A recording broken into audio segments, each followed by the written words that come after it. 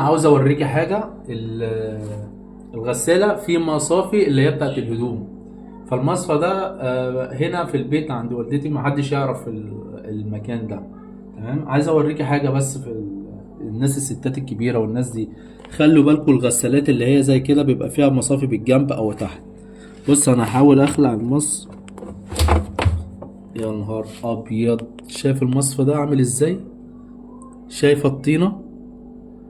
الكلام ده المجرى بتاعت التصفية والحاجات دي لو ما اتعملتش في الغسالة تتحرق وتبوظ.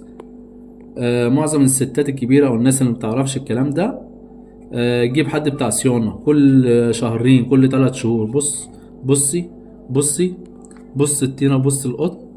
شايف المنظر اهو. خلوا بالكم يا جماعة، انا بقول لكل بيت خلي بالكم. بص ال الحاجة. بص كمان لسه في فتحة كمان اهي.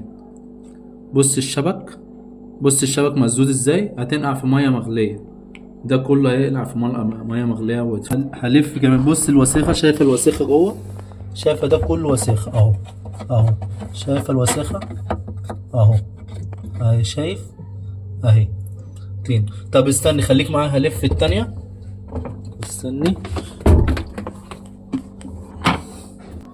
سي اهو اهو. بص اللفه التانية، ادي الشكل التاني اهو. بص يا نهار ابيض، ايه ده؟ ايه ده بجد يا جدعان؟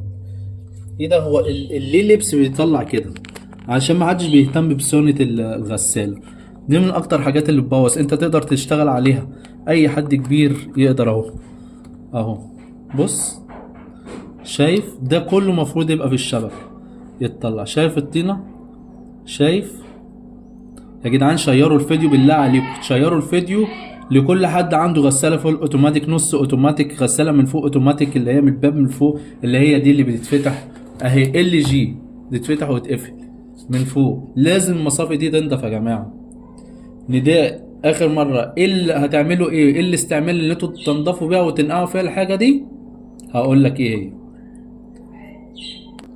بص هنحط الوصفة. هتجيب جردل أو حاجة كويسة تنقع فيها الحاجة دي بعد ما تنضفها بالفرشة. هتجيب ملح ليمون وإيه تاني، وكرور وكربوناتو. كرور، كربوناتو، ملح ليمون ومية مغلية، وتنقع فيها الحاجات دي وبالفرشة صغيرة وتشيل ده كله. بص الزبالة، بص شيرة يا جماعة، شيرة يا جماعة علشان الحاجات دي تنضف يا جماعة. شيروا عشان الغسالات تعيش معاكم فترة أطول. شيروا ماشي اهو اهو اهو. كل الزبالة تنضف من تحت وتنضف من فوق. هتلاقي الغسالة اشتغلت معاك رهوان اوتوماتيك، بتصفي وبتعمل كل حاجة. نداء أخير يا جماعة، شيروا الفيديو عشان كله يستفاد. لازم تنضف دي بايدك. ممكن ما تجيبش اي صنايعي وبتاع تقول لي انا معيش فلوس، لا نضفها بايدك. كل ده بيتفك وتركب تاني، سهلة السهولة. بس جيب الموقع، جيب الحاجة ونضفها واحدة واحدة وهتلاقي كل حاجة بتنضف. شير الفيديو للخير عشان كله يستفاد.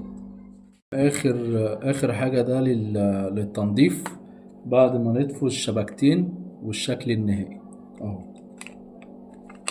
اهو. ده الشكل النهائي للتنظيف.